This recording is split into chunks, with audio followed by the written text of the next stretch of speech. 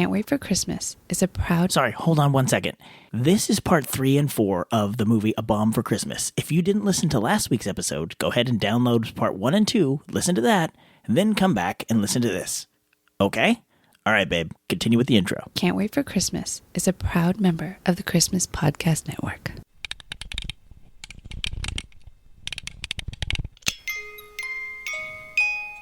Hey, buddy, what you doing? Is it Christmas yet? No, sorry, not yet. I can't wait for Christmas.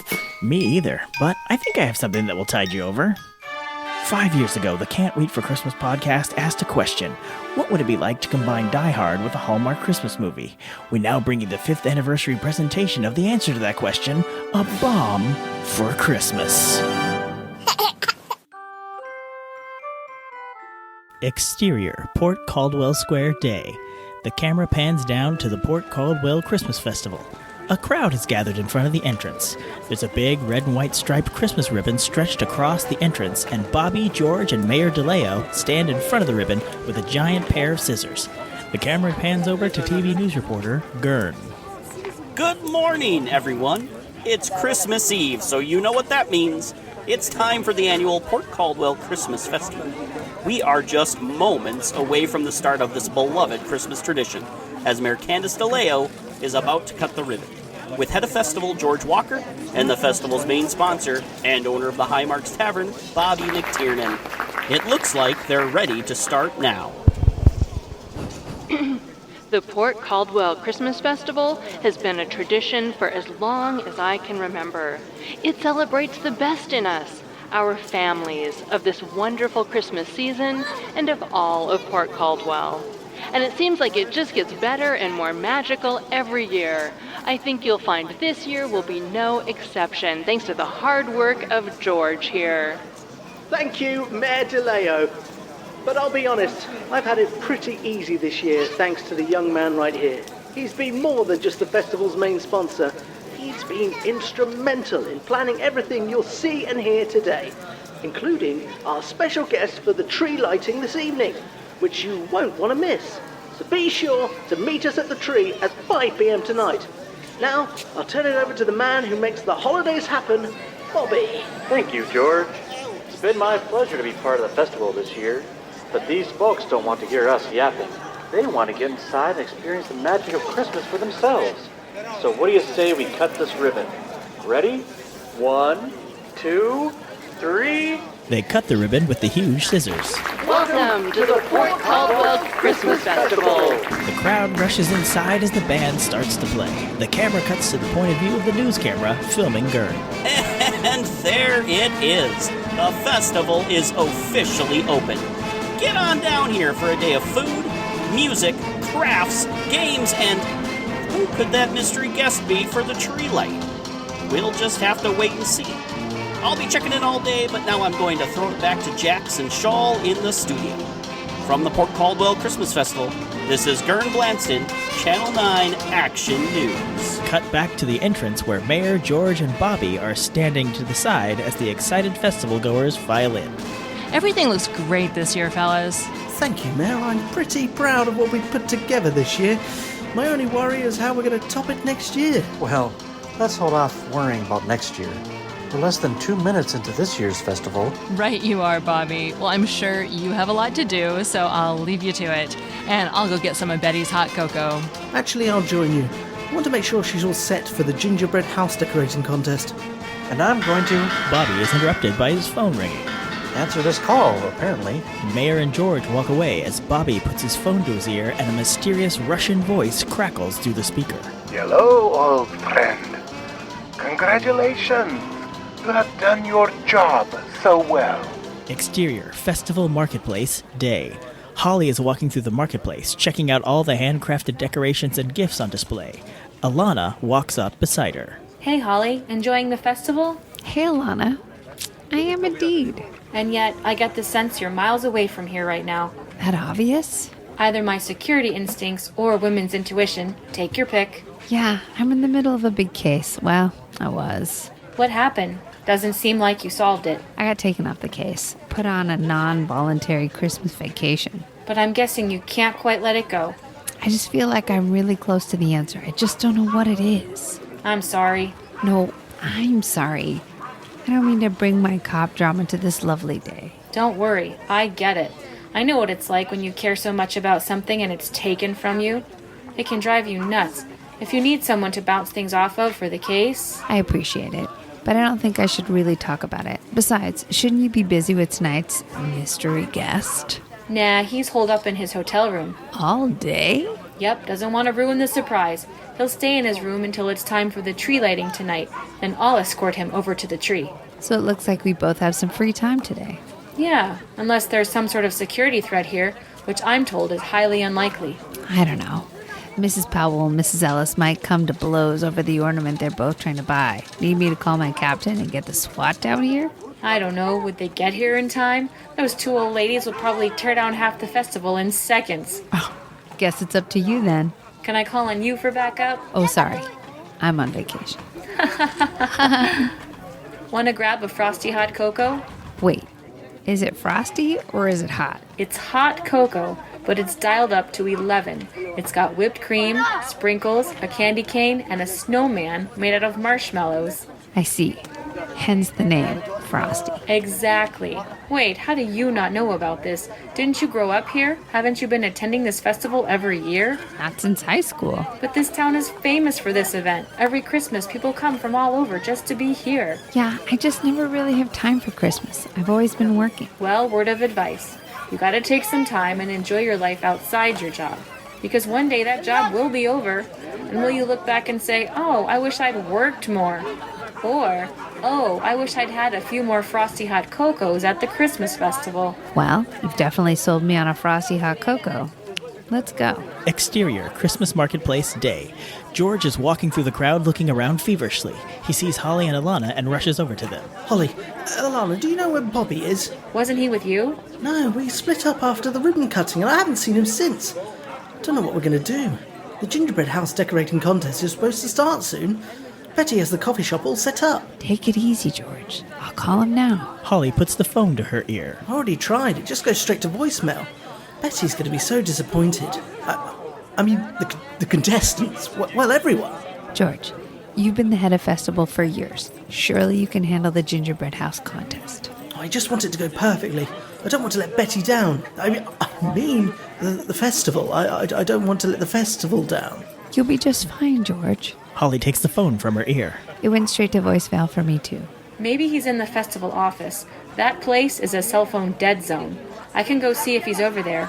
No, I'll go. I think George may need a security escort back to Betty's. It's really no problem. I can just run right over. Don't worry about it. I can get Bobby, and if any security issues like Mrs. Powell and Mrs. Ellis come up, you'll be right there to handle them. See you in a bit. Holly jogs off in the direction of the festival office. Wait, what's wrong with Mrs. Powell and Mrs. Ellis? Exterior, Port Caldwell Streets, day. As Holly is walking through the streets, her phone rings. Without looking, she puts it to her ear. Bobby? No, it's me, Tracy. Oh, hey. I don't suppose you're calling with an early Christmas present for me. Interior, police station, day. Tracy is at her desk, on the phone. As the conversation continues, the camera cuts back and forth between the two locations. Sadly, it's more like 2 lumps of coal. Darn. And I thought I'd be on the good list this year. Speaking of lists, I did what you said and looked into people of Russian descent who lost money betting on that Seattle-San Francisco game. And this list has got to be as long as Santa's naughty list. No joke. There's this guy in Tacoma who had to sell his house, a lady in Bremerton who had to sell thousands of dollars worth of diamond jewelry. Oh, and you know that restaurant a couple blocks from the station that closed a few months back? Apparently, the owner had bet against Seattle and lost big time. And honestly, that's just scratching the surface. I thought I was onto something. You may have been, but it's like looking for a needle in a very large haystack. Were you able to get a hold of the translation of that Russian note we found in Tirapelli's? Yeah, that's the other lump of coal. FBI wouldn't share the info, huh? Oh no, I got it. But it's just a bunch of numbers. 8661122411700. It just goes on and on. They have a code breaker working on it, but they haven't gotten anywhere. Can you email it to me? Oh, so you're a code cracker now? I'm not working. I've got to fill my time somehow, right? Aren't you literally in the middle of a huge Christmas festival? Why not just fill your time with that? Yes, I know. I should be filled with the Christmas spirit, but the one thing I wanted Santa to bring me was a lead that would crack this case. I mean, I can see if I can get the FBI guys to let me have a crack at Terrapelli before they move him into federal custody. No. You should take your own advice and enjoy some Christmas. You've already gone above and beyond for a case that's not even ours anymore. Hey, that's what partners are for. Thanks, Tracy. You're the best partner a gal could ask for. I know. Merry Christmas, Holly. Merry Christmas. Tracy hangs up the phone. She types something into her computer, and we see that she's sent Holly an email. She leaves the numbers up on the screen for a minute and stares at them. Then she rummages around a drawer in her desk, pulls out a book, and starts flipping through pages.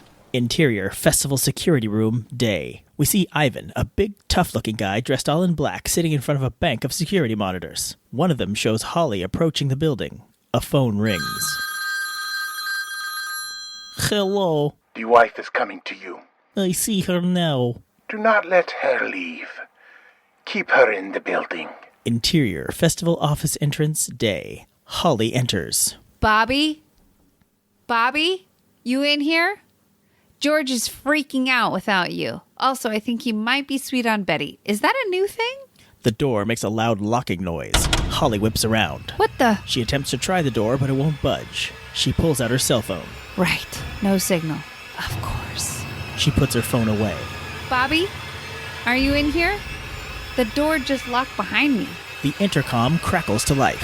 Welcome to the Christmas party. So glad you could stop by. Hello? Who's there? See? It is like you do not even know me. You stopped chasing me, so I had to follow you home. It's you. You're the one Terrapelli was working for. That is right, Mrs. McTurnan. Or may I call you Holly? My father-in-law calls me Mrs. McTiernan. My friends call me Holly. You're neither dirtbag. You can call me detective. Not much of a detective. You could not even find me. I had to come find you. Keep talking. I'll come find you. It is not me you should be worried about finding. You should really worry about finding the bomb I have planted somewhere in this building. And you had better hurry, Mrs. McTurnan. There is not much time left. Camera zooms in on Holly's face as her eyes blaze with anger. Interior, mystery location, Day. We are in the same tiny dark room from the last break, and the digital timer continues counting down.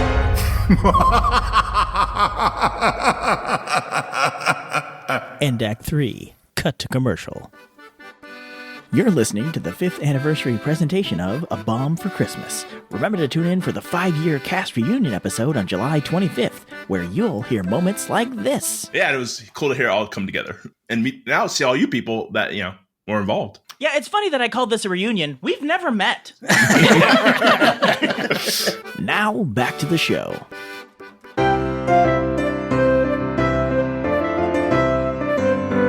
Exterior, Betty's Coffee, Day. People are crowding around the coffee shop as Gurn stands out in front giving another broadcast. The Ugly Sweater Contest was a huge success again this year. I'm joined now by this year's winners. We actually had a tie, so say hello to Kimberly and Brandon. Hello, everybody. Is this on TV? Yes, it is, Brandon. Do you want to tell us about your winning sweater? It has Christmas cats. Mom says if those two things people love, it's Christmas and cats. It appears your mom was right because you came in first place along with Kimberly here. Now, Kimberly, what was your secret to choosing the perfect ugly Christmas sweater? Sequins, going lots and lots of sequins. I can see that. You almost look like a festive disco ball. I don't know what that is. You can ask your grandparents. But I guess my real question is, were you worried that was too much sequins? There's no such thing, Gon. Fair enough. Well, congratulations. I know they are called ugly sweaters, but you both look adorable. Meowie Christmas. Good times. Plenty more festive fun going on here today at the Port Caldwell Christmas Festival. In fact, I'm right in front of Betty's Coffee where the gingerbread decorating contest is set to get underway soon. I'll be checking in all day leading up to the tree lighting ceremony tonight with our special mystery celebrity guest. For Channel 9 Action News, I'm Kern Blanston. Interior Betty's coffee shop, day. George is looking nervously out the window as Betty walks up behind him. George? Ah! Oh, sorry, Betty. You surprised me there. Sorry, George. I was just wondering if we were going to start the contest soon. Absolutely. Just waiting for Bobby. Oh? Where is Bobby? He went back to the festival office. Where's that? We set ourselves up in the old Rickman building this year. That sad old building downtown? I thought they were going to tear that thing down. They were. I convinced them to wait until January so we could use it as our base of operations for the festival this year. It's come in really handy. So when will Bobby be back? I'm not sure. I don't even know why he went over there. I hate to keep all these people waiting. Me too. I hope he gets back soon. Well, you could just get us started. Me? Now, George Walker, don't pretend like you haven't run this festival for years. Yes, but Bobby's been doing such a great job this year, and I wanted to make sure your the Gingerbread House contest is the best ever this year. Let me let you in on a little secret, George. You don't need Bobby for that. The two exchange a warm smile. Well, you're the boss, Miss Official Judge. Let's get this started. George sees Alana walking in and putting her phone away. George walks over to her. Alana, was that Bobby? No, sorry. I was just checking up on our mystery guest. Well, we can't wait any longer. Can I get your help getting everyone set up at their stations? And, of course, escort our lovely judge to the judging table. Happy to help. I just hope Bobby and Holly get back before they miss everything. I wonder what's taking them so long. Interior, festival office, day. Holly is running down a hallway and ducks into an office. Victor, a tall, muscular Russian man, comes around the corner with a gun. There is no point in hiding, Detective. We've reactivated the building security cameras. We can see everywhere you go. Victor puts his hand to his ear. Ivan, where did she go? She's through the door on your left. Victor starts to walk towards an office door. Your other left. Victor walks into the other office door and sees only a desk and some filing cabinets. Suddenly, a loud beeping catches his attention. He turns and fires his gun. He steps around the desk to see that he has just shot a cell phone that was sitting on the floor. Just as he realizes this, Holly jumps from behind the filing cabinet and knocks the gun out of Victor's hand. Holly goes to grab the gun, but Victor kicks her, knocking her to the floor behind the desk. Now Victor lunges for the gun, but Holly kicks the office chair from behind the desk straight into Victor, who is thrown into the wall. Holly scrambles to grab the gun. Victor throws the chair and pulls a knife from his boot. He starts towards Holly until she spins around with the gun leveled at Victor's head. Did you see that move on the security cameras, Boris? It's Victor. I don't care. You have maybe 60 seconds before Ivan comes storming in here. Then you have 59 seconds to tell me where the bomb is and where Bobby is. Bobby? Ha! None of this would be happening if it weren't for Bobby. Talk, Borscht Breath. How about I stab you instead? Victor starts towards Holly but freezes as Holly pulls the trigger. But nothing happens. Really? You wasted all your bullets shooting at my phone? Victor charges at Holly again. She dodges the knife, flips the gun around in her hand, and brings the butt of the gun smashing into Victor's face. Oh, Mother Russia! He crumbles to the ground. She starts to search his pockets when she hears footsteps coming down the hallway. Cut to Ivan running down the hall and entering the office. He finds Victor on the floor, but there's no sign of Holly. As he looks around confused, the camera pans up to the ceiling vent, and we see that it's slightly askew. Interior, Betty's coffee shop, day. Dozens of teams are at their stations, piled high with gingerbread, candy, and icing. Alana is walking from table to table, collecting people's sign-up sheets. George stands at the front of the room. All right, everyone. It is time to begin. Welcome to the Gingerbread House contest. Before we get started, I just want to give a big thank you to Betty for letting us use her coffee shop for the contest this year, and for being our judge. Take a bow, Betty. It's my pleasure. I'm looking forward to seeing all the wonderful creations you'll be coming up with. Thank you, Betty. Now, here are the rules. You can only use the supplies you've been given. That way it's fair that everyone has the same amount of candy canes and gumdrops, and all that good stuff. If we see a house that's made with peanut butter M&Ms all over the roof, you're disqualified, and I'll eat your roof. Also, Betty is giving extra points for creativity, so don't be afraid to think outside the box. But most importantly, have fun. You're building more than a gingerbread house here today. You're building memories. Before she passed a few years back, my wife and I would build gingerbread houses every year. And let me tell you, they were hideous. The walls would tip over, the roof would cave in, and they were usually a hot mess. But we had such fun putting them together. Years from now, I don't know if you'll remember if you came in first place or last place, but I know you'll remember the fun you had with your loved ones expressing the joy of Christmas in the perfect way. Through lots and lots of sugar. Okay, enough of my talking. Let the gingerbread house building begin! George walks over to Betty's judging table. That was lovely, George. Thank you, Betty. Alana walks up to the table. Here are all the contestants' entry forms. I sorted them by their table numbers. Thanks, Alana. Any word from Bobby or Holly? Nope. Maybe I should go and find out what's keeping them. I don't know. Looks like you've got this handled on your own. See? I told you. My Christmas hero. Interior, ventilation ducts of the festival office, day. Holly is scooching through the cramped duct. Holly is muttering to herself. Take some days off. Help Bobby with the festival. I'm never listening to Captain Willis again. Okay, Holly, you're trapped in a building. There's a bomb in the building and Bobby's in the building. But you don't know where they are and you can't search without a bunch of Russian dudes right on your tail. So the only solution is find their room with the security cameras. Take out the Ruski who's playing lookout and use the cameras to find Bobby and the bomb. Unfortunately, there's no directory in this ventilation system. Very inconsiderate, if you ask me. Suddenly, the duct shifts and Holly crashes through the ceiling into an office below. Interior, festival office, day. Holly lies on the floor for a moment. That's gonna mess my back up. Holly's eyes open wide and she sits up. Back up! What was I thinking? I'll just call Chief Beebe. Oh, right. Bullwinkle's arch nemesis shot my phone. Wait, there's a landline on this desk. Holly goes to the desk, picks up the phone, puts it to her ear, but hears nothing. She clicks the hook switch a few times. Of course they cut the landline. This wasn't challenging enough already. Holly looks at the papers on the desk. Hey, this is Bobby's writing. This must be his desk.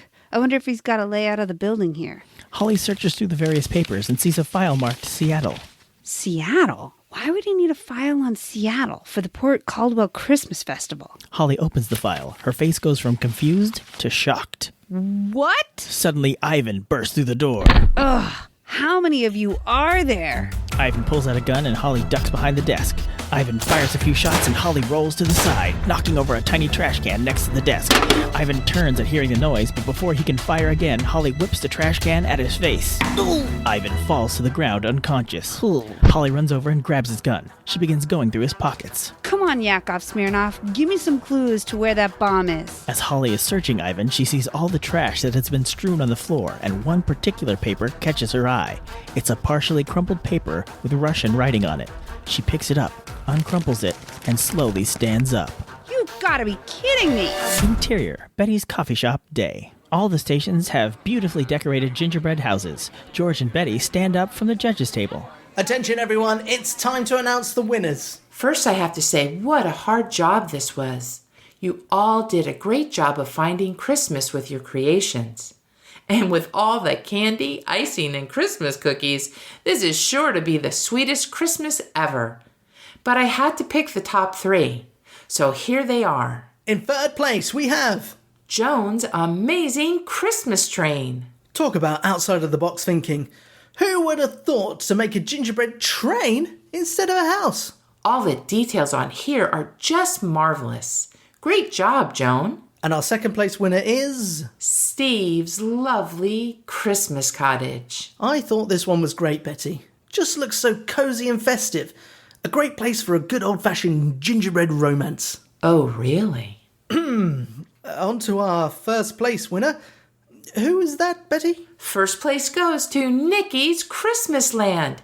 A train was outside of the box, but this little gingerbread amusement park is outstanding. How did you make a carousel out of candy canes and gumdrops?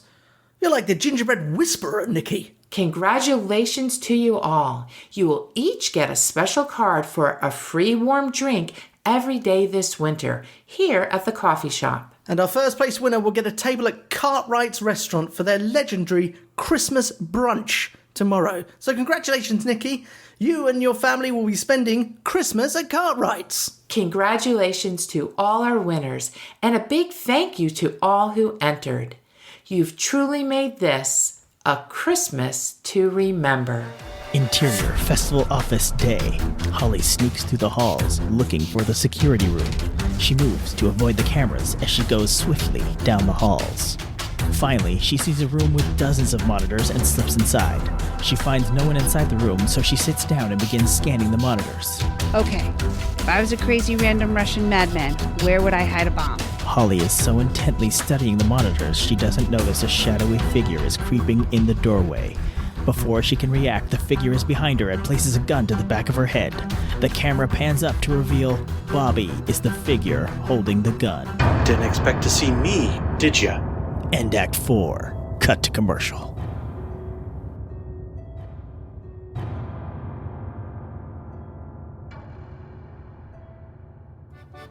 Thank you for listening to parts 1 and 2 of the Can't Wait for Christmas podcast's 5th anniversary presentation of A Bomb for Christmas. Join us each Wednesday through July 23rd for the rest of the story. And don't miss the Bomb for Christmas 5-year anniversary cast reunion episode on July 25th. To leave a comment on this or any other episode of the podcast, go to can'twaitforchristmaspod.com.